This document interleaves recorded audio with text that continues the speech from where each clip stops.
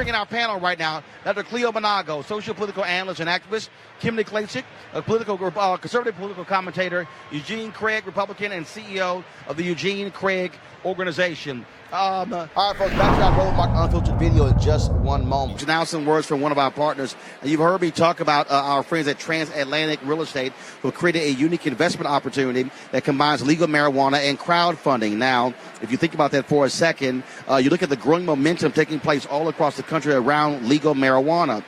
You've seen initiatives passed in various states that have been on the ballot. Now, if you're an investor, there's an opportunity for you to really make lots of money to get in the game. Now, however, as markets continue to grow, it's going to be harder to get into this particular industry. Of course, it may cost millions and billions.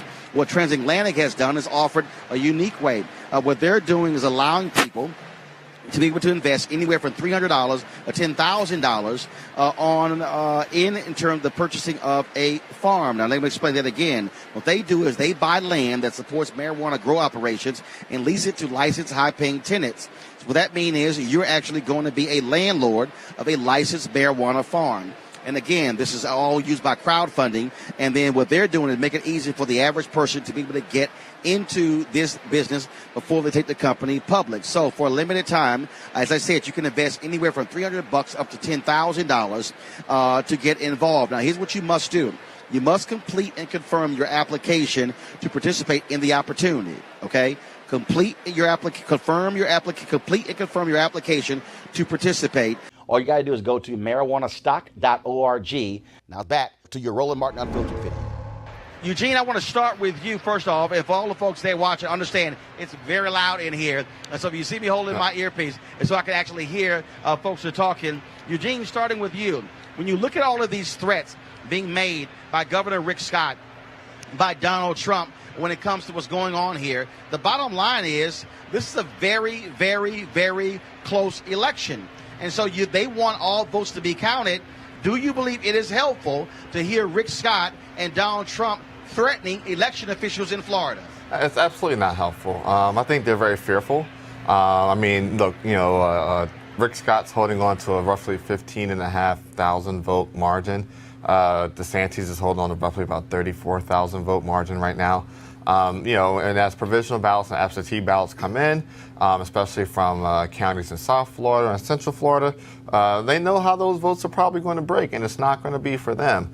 But I do think the one major development of the day, Rick Scott, asked for the Florida Department of Law Enforcement to step in and investigate voter fraud.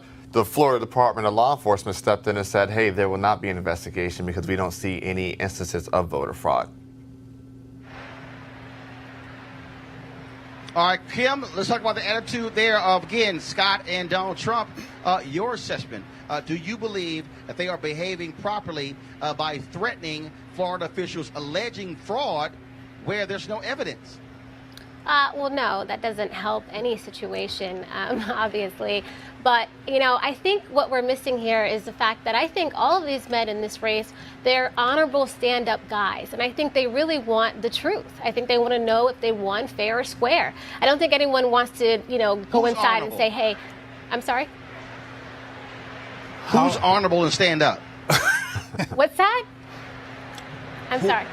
Who you say they are honorable stand-up guys? Who? Yes, those in the race, Gillum, Scott, DeSantis. Do you think they're not? Well, no. I'm just making sure you weren't talking about Donald Trump, but go ahead.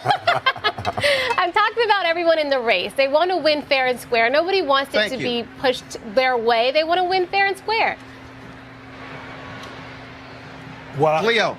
I hope that's true, but I mean, not unless the people who are running against Gillum are doing a pushback to what Trump's doing. As far as I'm concerned, they're just as involved with the corruption as Trump is. I'm just amazed. Well, I'm not amazed. Let me take that back. I just hope that people are really clear on that what Trump is attempting to do is corruption.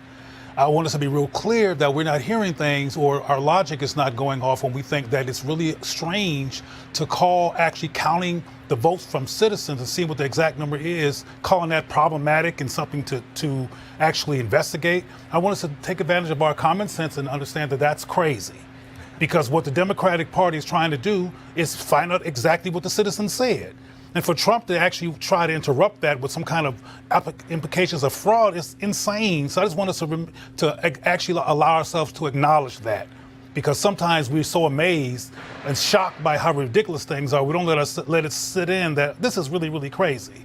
And these people are very desperate. And what's happening in Florida and Georgia is unprecedented. I mean, that state, Florida, is one of the most racist, historically racist states and murderous states of black people in the Union. And now they have the potential of having a black governor. Atlanta has a very similar history in terms of black people not having power on the statewide basis. So it's pretty powerful, and they're fearful, people like Trump and his folks, and they're desperate. So they're calling honest interest in counting the votes fraud. That's crazy.